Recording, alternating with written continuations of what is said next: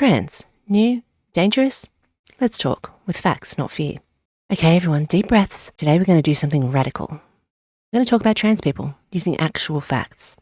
I know, it's shocking. You probably heard some very concerned people asking important questions like, are trans people just mentally ill? Are we pushing the trans agenda onto kids? What bathroom should they use? Let's break it down like a drag queen at 3 a.m. on the dance floor with truth and logic. Question 1. Is being trans just a woke trend? Short answer, no. Long answer, hell no.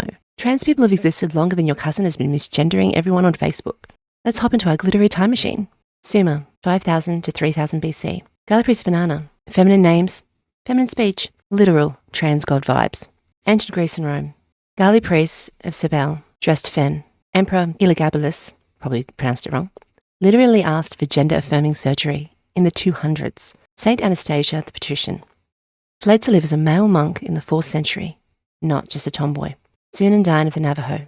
They had third gender roles long before colonizations brought shame and soap. South Asia. The Hijara community, recognized for thousands of years, sacred, respected, feared, and fabulous. Siberia in the 1700s. The Koshkoshi, assigned male at birth, live as women. No Twitter, yet somehow still trans.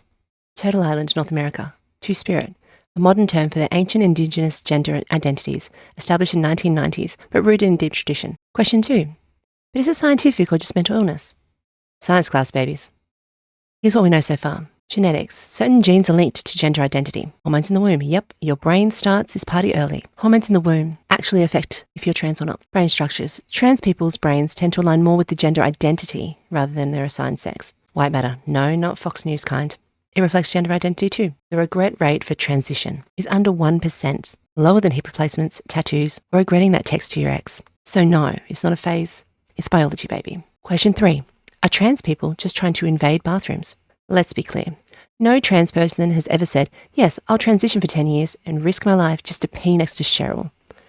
Studies show that trans people are more likely to be assaulted than to assault. So maybe keep an eye on the ones that are screaming the loudest. Question 4. We're letting our kids transition now? Let's be accurate, shall we? Hormone blockers, yes, with parental consent under the age of 18, but they're reversible. Surgery? Not until you're 18, babies. Education? Also yes, because knowing who you are shouldn't start with shame. We've been teaching cis hetero sex ed in school since 1913, and guess what? Gay people and trans people still existed. Education doesn't turn you queer, but ignorance can turn you cruel. Gender is a full body, full soul expression, and it's not just about bits. It's about being. If brains, bones, hormones, culture, and 7,000 years of history say trans people are real, who are you to argue? Trans people have been saints, priests, warriors, lovers, creators, and survivors. They're not new, they're not broken, and they're not dangerous. They're just people. If that threatens you, maybe it's not them who needs to change. Like, share, and comment below if you learned something. If you're still confused, don't worry. You're allowed to grow too, just not at the trans people's expense.